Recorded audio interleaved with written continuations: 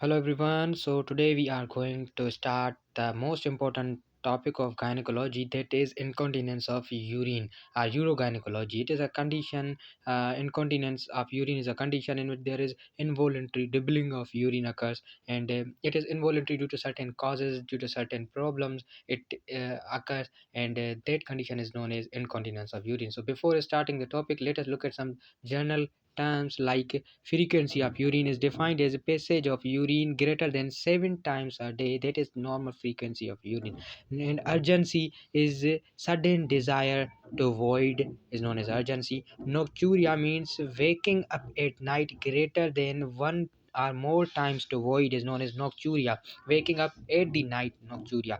Urge incontinence is a condition in which involuntary loss of urine associated with urgency occurs. Involuntary loss of urine occurs with urgency, that is urgent incontinence, while stress incontinence means doing any activity, physical activity like weight bearing, coughing, sneezing, straining. Loss of urine occurs because of physical efforts. That condition is known as stress incontinence. Overflow incontinence is a condition. It occurs without any diffuser activity. When bladder is over distended, incontinence occurs. That is a condition is known as overflow incontinence, means diffuser is filled with urine. Overactive bladder is a combination of frequency, urgency, and urge incontinence. That is overactive bladder.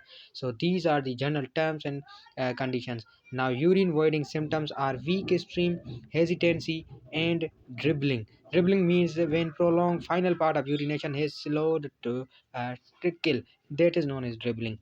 Now, normal micturition physiology is urinary bladder is lined with diffuser muscle, and when micturition occurs, voiding urgency occurs, then this diffuser muscle contracts and a person goes to pee and goes to the washroom in order to urinate. Now, what investigations should be performed for incontinence? Investigations include basic investigations like urinalysis, and midstream urine specimen should be taken to exclude any infection. Bladder diary, it is a simple record of patient's fluid intake and output, how much patient is taking in and how much patient is urinating. That is known as bladder diary. It is usually adequate when performed for 3 days. And that is another is paid test. It is a test to verify and quantify urinary loss. That is known as paid test. Involves wearing pre-weighted sanitary pads while performing specific provocative maneuvers and hand wash and climbing stairs. That pad is tested and looked for any incontinence. And the others are the investigation like pelvic ultrasound to exclude pelvic mass, fibroids, renal and bladder ultrasound to look at the function of kidney and urinary bladder. These are helpful to exclude incomplete urine bladder emptying and to check congenital abnormalities, calculi, and tumors. So these are the imaging. Others are the urodynamics, like it involves group of tests which are used to assess the function of urinary tract, measures on various aspects of urinary shortage and evacuation. It is no more routinely done, and it does not predict outcomes of surgical and non-surgical management. So indications are history of previous surgery, incontinence, history of previous surgery, prolapse, mixed urinary incontinence, recurrent symptoms, and neurogenic bladder, and diabetes and multiple sclerosis. These tests are done. And the another is cytometry is most fundamental and most important investigation for bladder function. Involve measure pressure relationship and has filling voiding problem. Residual urine is less than 50%. First desire to void are around 350, and then capacity between around 500 milliliter. Diffuser pressure rises less than 15 centimeter of water during filling, and absence of systolic diffuser contractility. So cystometry is performed. Abnormal urodynamic tests include stress incontinence, means when urine leakage occurs due to physical activity like coughing and sneezing. That condition is known as stress incontinence. Another is diffuser overactivity, means diffuser contractility in filling phase with no leakage. Diffuser overactivity with incontinence means diffuser is overactive and incontinence is also happening. Leakage is also occurring. Another is mixed incontinence, that is both stress as well as bladder overactivity. So that is mixed incontinence in this way. And the classification of incontinence is stress incontinence, as we know that on coughing, laughing, weight bearing incontinence, leakage of urine occurs. Urge incontinence, when there is urge to void, incontinence and urine leakage occurs. Overflow, when urinary bladder become over distended. And the last one is mixed incontinence, in which both stress and uh, overactive urge incontinence occurs. That is mixed incontinence. Now stress incontinence, as word indicates, doing any physical activity, doing any work, incontinence, leakage of urine occurs. That is known as stress incontinence. Stress incontinence is diagnosed by urodynamic test or urodynamic stress incontinence.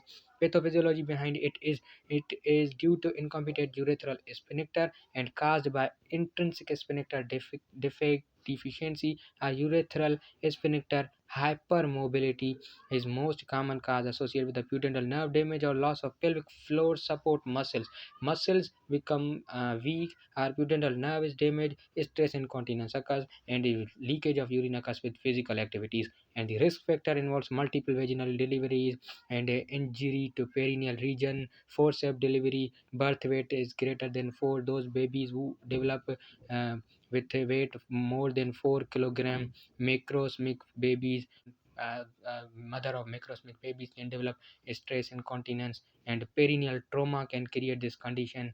In this way, increased age of the female can create this condition, and post-menopausal women may develop stress incontinence. Increased age means increased weight, and weight increase is involved in this condition. Our connective tissue disorder or obesity can uh, precipitate precipitate this condition. Now, how can we diagnose this condition, or how a patient can present this? So the signs symptoms of the stress incontinence will be leakage of the urine during activity like coughing, sneezing, running, or lifting heavy weight. Urgency, frequency, and urge incontinence may be present, and urinary loss occurs in small spurts. Nocturia at the time of night. Enuresis is uncommon, and diagnosis is made by pelvic examination, neurological examination, urine lysis culture will be performed, so these will be normal. Urodynamic studies will show no involuntary tissue contractility. Leak during increased intra-abdominal pressure, means when intra-abdominal pressure is increased, like sneezing, coughing, manual performance, or weight bearing, so in leakage of urine occurs. So we can diagnose on that basis. Treatment will be conservative management like pelvic floor exercise, Kegel type of exercise, fluid balance intake, and reduced caffeine intake, bladder retaining, education to increase interval between void, and that is bladder retaining. Surgical management should be there. Surgery is most specific and most effective management for stress incontinence. That surgery is mid-urethral tape procedure or colposuspension. Urethral injection bulking agents can help in avoiding stress incontinence. Suspension is a method in which can be done to open birth by laparoscopy, and it involves attachment of the urethral sphincter to pubis symphysis. Now, urethral sphincters should be attached with pubic symphysis. Let's suppose this is pubic symphysis, this is urethral sphincter. It is attached, and the aim is to elevate urethral sphincter so that it is again in intra-abdominal location, and it has to uh, it has a cure rate of 80 to 85%. And complications of this surgery is colposuspension is voiding difficulty, bladder performance perforation can happen, and new onset of overactive bladder can develop, and posterior vaginal prolapse can happen. Posterior vaginal prolapse occurs in the surgery of stress incontinence, colposuspension. So in this way, another is mid-urethral tape procedure. It is a procedure which is now preferred as surgical method for the stress incontinence, involved insertion of proline tape underneath the mid-urethral urethra through a small vaginal incision, tiny abdominal incision. Urethral tape is inserted. It has cure rate of 80 to 85%, and complications are same as colposuspension, like posterior vaginal prolapse can happen.